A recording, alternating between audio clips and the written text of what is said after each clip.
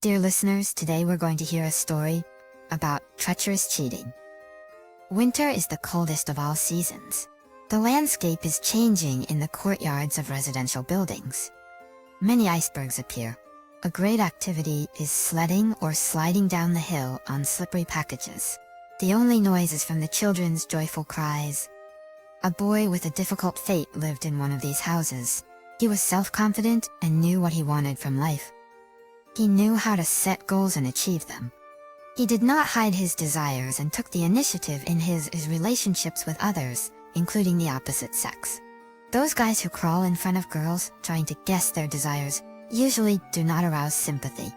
A real man is always self-confident, can set standards and rules, and is able to express his requirements to others. He can easily overcome his own weaknesses. However, Stanislav's life was not smooth sailing. A few months before his birth, his father died in a traffic accident.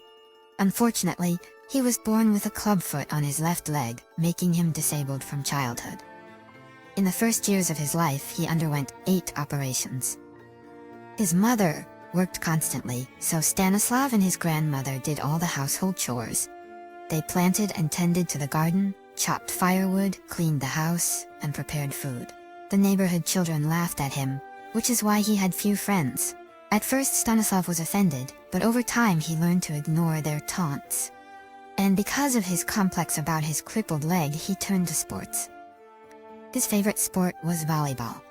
It was difficult for him to achieve success in school because his classmates would often insult him and say that he would never amount to anything.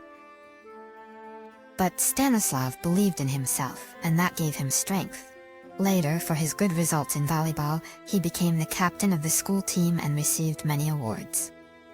However, he had to give up sports when he started studying at the institute, which took up all of his time.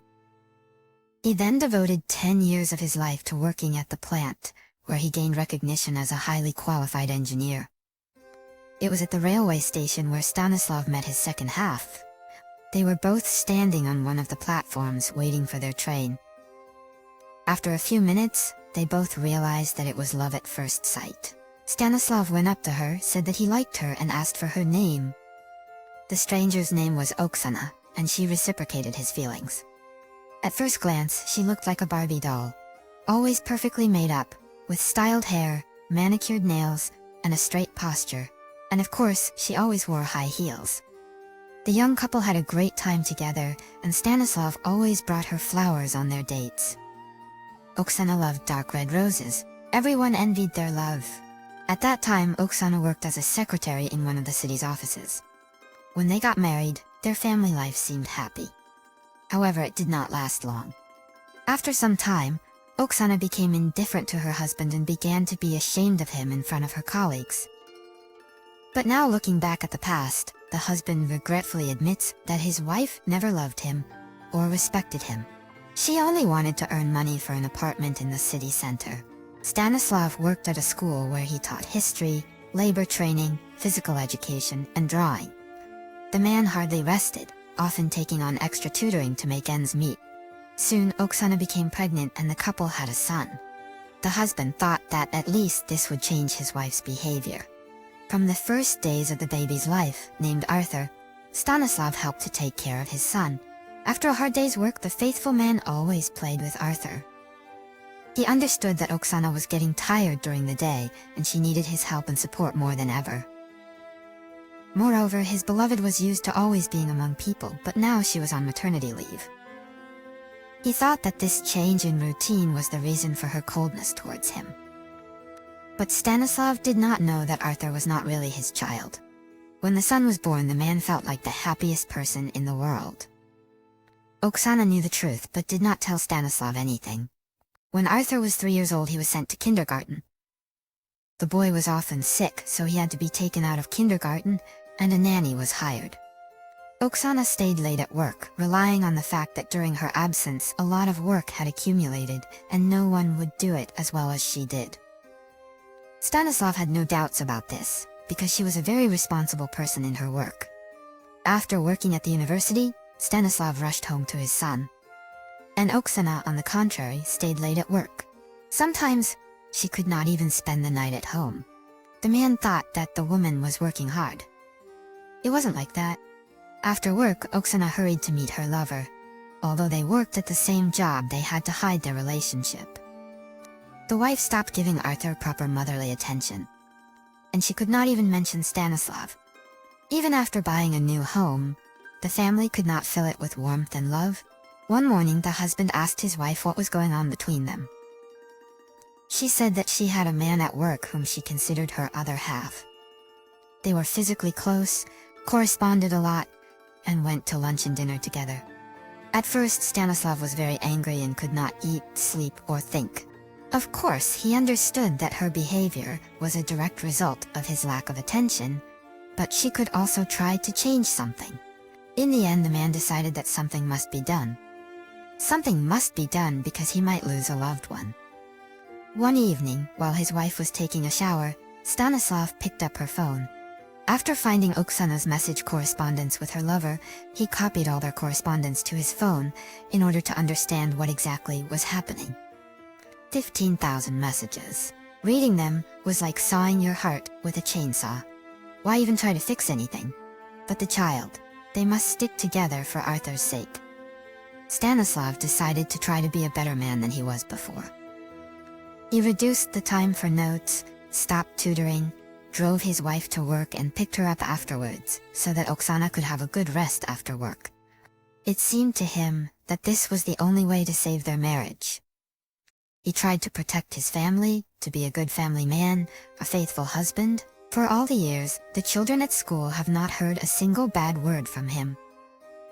At the celebration of their wedding anniversary, Oksana dealt such a blow from which Stanislav could not recover for long. She called him a loser and said that she could not go on like this and was going to visit her sister abroad for 6 months. And he naively thought that they had a family. He was thinking about how to celebrate their wedding anniversary and what to give to his spouse. And she did such a mean thing. She ran away. She left her son. One life, one chance. Step? A person pushed to the extreme is capable of many things. After such a terrible act, Stanislav was depressed for a long time, but Arthur saved him. Quite often, Stanislav could not go to work due to lack of strength. The management of the university where he worked treated him with understanding, and offered him early retirement due to his health. Stanislav agreed but continued to tutor. No one had yet refused his part-time work, as he had a reputation as a very intelligent and experienced teacher. Arthur was often sick in childhood, so Stanislav had to pick him up from kindergarten. He then spent all his free time with his son. The boy grew up to be a good, kind person, always coming to the aid of others. Arthur excelled in school, with his favorite subject being foreign languages. He dreamed of becoming a translator, and even watched TV programs without translation. Stanislav was proud of his son, and in return Arthur loved, respected, and honored his father. After some time, Arthur graduated from school with a gold medal and had to decide what profession he wanted to pursue. Without changing his mind, he applied to the National University of Foreign Languages. He studied with pleasure and ease, as he had a strong foundation in foreign languages. Taking an example from his father, he also had certain abilities in volleyball.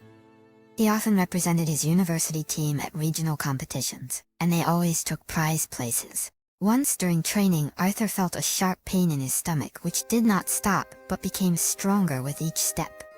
The coach immediately called an ambulance. At the hospital, it turned out that Arthur needed to have an operation quickly. Before the operation, the boy had to take a blood test, check the body's reaction to certain drugs. As a result, it turned out that the father and son had different blood types. Why did the man not understand? After a long conversation with the doctor, Stanislav was advised to take a paternity test. The only request from the father was not to say anything to Arthur. His father simply did not want to upset him. Stanislav waited for the results for a long time but still hoped for a miracle and thought that it was some kind of mistake. Arthur is his own son, and it cannot be otherwise. However, the results were disappointing. It turned out that Arthur was not his son. Their compatibility was 0%. How could this happen? Stanislav did not want to believe it. The doctor calmed him down and advised him not to say anything to the boy. After all, it can only harm. So they did. The operation was successful and Arthur returned home a few days later. After graduating from the university, the boy was immediately offered a job abroad. He agreed, because he had dreamed about it for a long time. Quite often, Arthur asked his father about his mother, because he could not remember her at all. And perhaps it was time to tell him the whole truth. Stanislav was very worried because he did not know how his son would react. Fortunately, he had raised an intelligent child. Arthur wanted to find his mother, but he did not know where to look for her. Stanislav remembered that the woman wanted to go to her sister abroad and that he should have the address written down somewhere. Arthur did not want to leave his father alone, so he offered to go with him. And how would he find his mother if he did not know what she looked like? The only photo they had was from the wedding, but that was a long time ago. Meanwhile, Oksana settled well abroad. She found a rich husband and managed to marry him. That man's name was Serge. Oksana did not work, because her husband had enough money and they did not need additional income. She also did not deal with family matters. The only thing Oksana did was go to shops, beauty salons, and tanning salons. Serge had his own business. He spent a lot of time at work, but Oksana did not miss him. By that time, she had already managed to find a lover. He was a tall, broad-shouldered brunette with brown eyes, a straight, neat nose, and plump lips. His name was Luis. He did not have a decent job, so he met Oksana only for her husband's money. The woman paid for housing where the lovers spent time together for lunches and dinners in expensive restaurants. Oksana was used to a luxurious life, so she did not deny herself anything. Moreover, she did not pay from her own wallet. The sponsor was her husband Serge. Of course, the man knew nothing about his lover. Serge was a serious and principled person. He demanded the same from his wife. Oksana knew that if her husband found out about Luis, she would be left with nothing. In order to hide her relationship with her lover, the woman was covered by her acquaintance. However, everything was not so simple. Oksana had to pay Irina a certain amount of money every month. It was the so-called silence fee. But one day, Oksana forgot to transfer money to her friend's card, and she, without thinking long, sent interesting photos to her husband's email address. Serge had been very busy, so he hadn't seen anything yet. Oksana didn't even know about it. Irina could not wait long, found Serge's phone number, and agreed to a meeting, which had to take place at their home. Irina waited impatiently. Having barely survived the long flight, Stanislav and Artur arrived at their destination. The city was very beautiful and touristy. Despite the fact that the population here was quite large, it seemed very comfortable and cozy. At first, Stanislav and Artur stayed in a hotel. The next morning, the boys began their search. Arthur couldn't wait. They took a taxi and went to this address. They didn't have to look for a long time. The car stopped near a huge house. A short woman was standing near the house waiting for someone. Stanislav approached her and asked if Oksana lived here. The girl was very surprised by what she heard. Stanislav introduced Irina to his son and accordingly to Oksana's son. And then everyone found out that they were waiting for the same person. Soon Oksana and Serge came out to them. When Oksana saw Irina, she hoped that the girl had come to her personally. However, when Stanislav and Artur approached her, she was simply shocked. Serge invited everyone present to the house. Everyone spoke in turn. Serge's facial features changed each time. But he listened to everyone until the end without interrupting. After saying something to the housekeeper, he offered coffee to the guests. After some time, there was a suitcase in the hallway of the house. Oksana recognized it. She couldn't say anything to the man because he didn't need her to explain. Oksana left with what she came here with, nothing. Luis, after hearing Oksana's story, changed his phone number and disappeared from her life. Oksana was in despair. What to do now? With her head down, the woman crossed the road. The car driver's carelessness and inattention caused an accident. Oksana died on the spot before the ambulance arrived. Stanislav and Arta's life became better. Now they live in Serge's house. Arta got a job as a translator, Stanislav helped Serge in the firm, and Irina became Serge's legal wife. One life. One chance. One step, Stanislav remembered. He met such a wonderful woman who did not pay any attention to his defect, but would like to be with him always. Her name is Linda, and Stanislav went to a jewelry store today. They say they sell very nice engagement rings there. Dear listeners, your support is very important to us. If you like our story, please like, comment, and subscribe. It's very motivating for us. We need your feedback to improve our content.